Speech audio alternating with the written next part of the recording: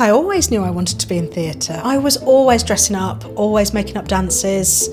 Loved it. My mum and dad took me to the theatre from a really early age, and it was like the best night of our time together. You know, we'd all get dressed up. So I think I always saw it like going to a party. And as I say, I've just made up ridiculous plays by myself all my life.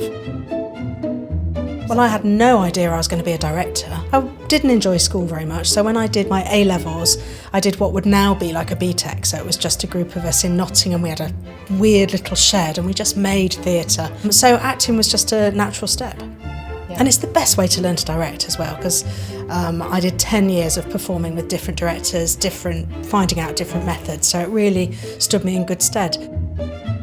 I think I try and choose stories that are personal, and of course that changes because as your life changes you have different priorities and different obsessions and different conflicts that you're trying to work out. I try not to think too much in my head, I try and use my instincts, and I try and notice when something's tapping my subconscious. I try and notice it, and if it goes well, I always think it's like landing a plane, is that you've been thinking about it but you land it at the moment in your life when you really need to tell this story. So I try and work quite instinctively.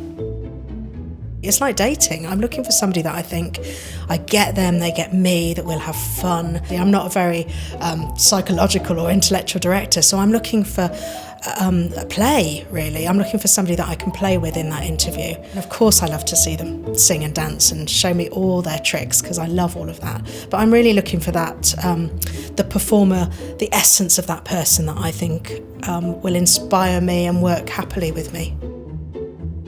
Oh, the imagination, the community, the fun of it. I mean, it's just the most brilliant profession, and I think the way that I make theatre you can't really replicate in film and TV, because there's a lot of oxygen around the process, that sense that anything can happen, and then it can change. Even when you've opened, you can still change it. So I love that. I feel that you can respond to the people in the room, the times, the political times, and just the need to change, because it's the only thing that's certain in life. Might you be talking about Shakespeare? Maybe. I haven't done much other, so it probably is Shakespeare. Well, you just have to keep thinking, what if this was a new story? What if it was a folk story? What if it was a new play? I mean, I haven't really done any new plays, so I think, what if it was a folk story?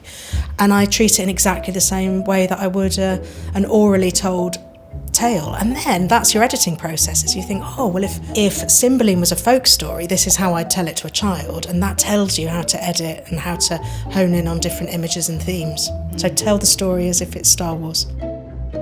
Well, I'm really enjoying being back in Bristol, being back in the regions, and seeing some smaller companies. You know, I'm quite careful and I don't watch lots of work. Sometimes you can see so much that you get wound up in the politics, and I think one of the beauties of having worked so many years in Cornwall is we weren't aware of what anybody else was doing. It was just our pool. So I'm very careful about what I watch. But now I'm in Bristol, I'm enjoying going to theatres like the Wardrobe and seeing young emerging companies and just cheering them on.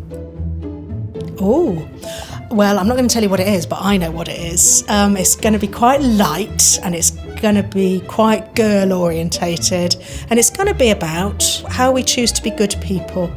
I think there's not much conversation at the moment about our sort of moral choices, and I just want to make something quite simple and joyful.